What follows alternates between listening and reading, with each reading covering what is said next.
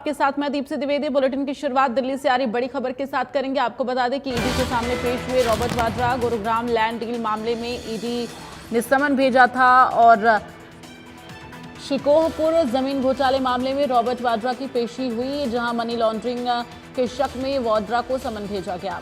सरकार केंद्रीय एजेंसियों का दुरुपयोग कर रही है, रॉबर्ट वाड्रा ने ये कहा है। रॉबर्ट वाड्रा ने कहा कि हमें बेवजह परेशान किया जा रहा है और जब भी हम लोगों की आवाज़ उठाना चाहते तो हमें दबाने की कोशिश की जाती है। तो रॉबर्ट वाड्रा का ये जवाब सामने आया है। फिलहाल आपको बता दें कि रॉबर्ट वाड्रा आज पेश हुए। 8 अप्रैल को भी उन्हें बुलाया गया था, लेकिन उस दौरान वो आए नहीं, जिसके बाद अब आज ईडी के सामने पेश हुए रॉबर्ट वाड्रा।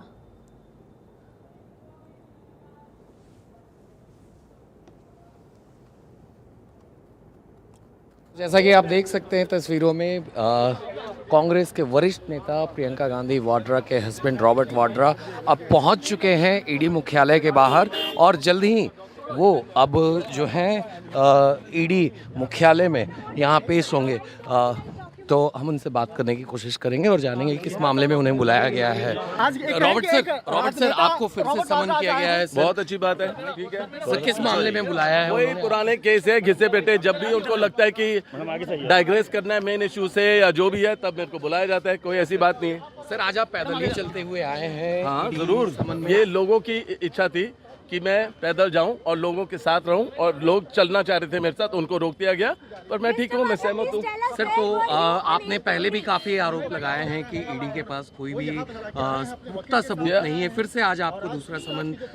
जब मैं लोगों के हित में बोलता हूँ, जब भी मैं माइनॉरिटीज़ के लिए बोलता हूँ, जब भी मैं जो सरकार चल रही है उनकी नाकामियों में बोलूँगा, या बोलूँगा मैं सोच भी रहा हूँ राजनीति में आने के लिए, तो ये लोग दुरुपयोग करेंगे, एजेंसियों का इस्तेमाल करेंगे। केस में कुछ है ही नहीं यार, 20 साल थोड़ी ना लगेंगे कुछ जुड़ने के लिए।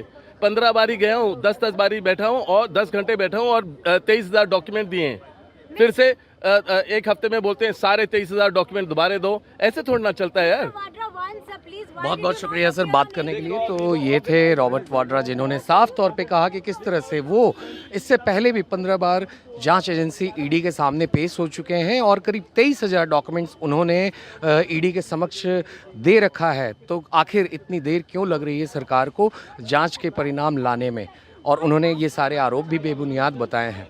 ITV नेटवर्क के लिए आनंद सिंह, दिल्ली। ज्यादा जानकारी के लिए रुक करेंगे। दीपक शर्मा, ब्यूरो चीफ हरियाणा, हमारे साथ लाइव जुड़ गए हैं।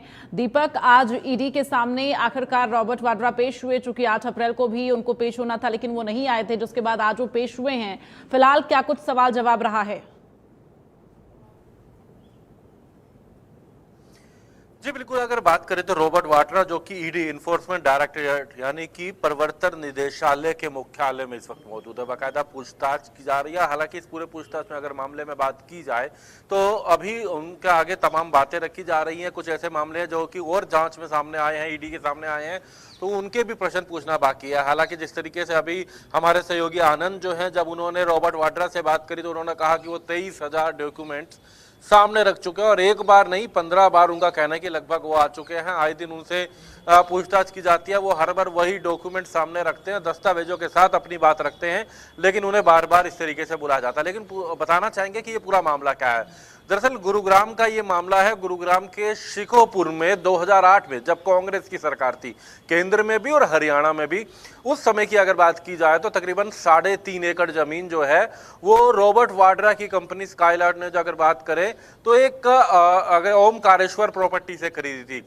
महज कुछ ही कीमत में 7.5 करोड़ की जमीन ये खरीदी गई थी, और कुछ ही दिनों में उस जमीन में कॉमर्शियल लाइसेंस लेने के बाद कई करोड़ों रुपए के मुनाफे के साथ वो जमीन एक प्राइवेट बड़े बिल्डर को बेच दी गई थी। उसके बाद फिर दोबारा से वो कंपनी रॉबर्ट वाड्रा के पास आ जाती है, इसकी अन्य कंपनी। तो ये कहीं ना कहीं कई बिल्डरों का जुड़ा हुआ स्कैम जो है, जो आरोप लगे हैं स्कैम के। सुरेंद्र शर्मा एक गुरुग्राम के निवासी है, जिन्होंने शिकायत दी थी। बाकायदा 2018 में से 1 सितंबर 2018 को FIR भी दर्ज हुई थी। गुरुग्राम पुलिस ने भी जांच करी, हरियाणा पुलिस ने, CBI के पास मामला गया, ईडी ने इस मामले में जांच करी, और आखिर इस मामले में कई दस्तावेज सामने आए हैं, जिसमें रॉबर्ट वाड्रा की भी मिलीभगत है। और नाम लेना चाहेंगे हरियाणा के पूर्व मुख्यमंत्री भूपेंद्र सिंह हुड्डा का भी नाम इसके अंदर है, क्योंकि उस समय मुख्यमंत्री भूपेंद्र सिंह हुड्डा थे, तो तत्कालीन मुख्यमंत्री का भी नाम है। उसी मामले में लगातार बार बार रॉबर्ट वाड्रा को भी बुलाया जाता है, भूपेंद्र सिंह हुड्डा को बुलाया जाता है, इस मामले से जुड़े जो तमाम लोग हैं उनको बुलाया जाता है पूछताछ के लिए, पूरे मामले की जांच के लिए। और ऐसे ही एक बार फिर आज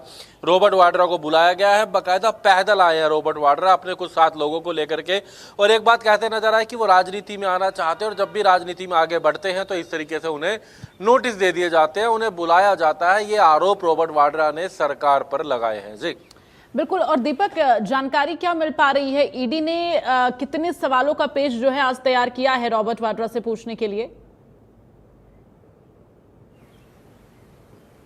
देखिए, अगर बात करें यूं तो 2008 का ये मामला है। 1 सितंबर 2018 को ये एफआईआर दर्ज हुई थी। लगातार इस एफआईआर में जांच चलते हुए भी 7 साल हो चुके हैं, और इन 7 सालों में कई बार जांच हो चुकी है। कई प्रश्न सामने रखे गए, जिस तरीके से रॉबर्ट वाड्रा ने भी कहा कि 23,000 से ज़्यादा डॉक्यूमेंट्स वो सामने रख चुके हैं।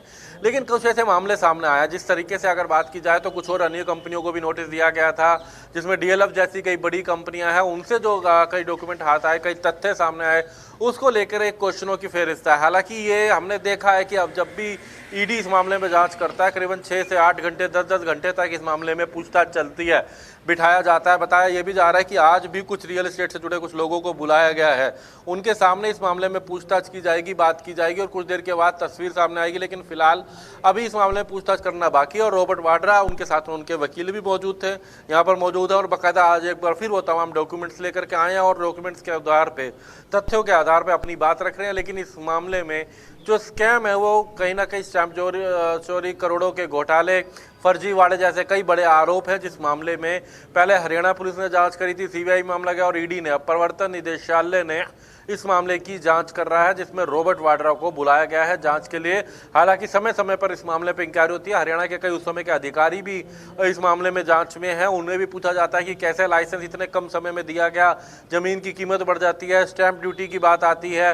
हरियाणा के उस समय के तत्कालीन मुख्यमंत्री भूपेंद्र सिंह हुड्डा की अगर बात की जाए तो उन्हें भी बुलाया जाता है, और इसी मामले में आज रॉबर्ट वाड्रा को बुलाया गया। रॉबर्ट वाड्रा जिनकी कंपनी ने ये जमीन खरीदी थी, और उसके बाद जो है कुछ कॉमर्शियल लाइसेंस लेने के बाद महंगी कीमतों में आगे बेचते हैं, दोबारा से वापस इनके पास आती है।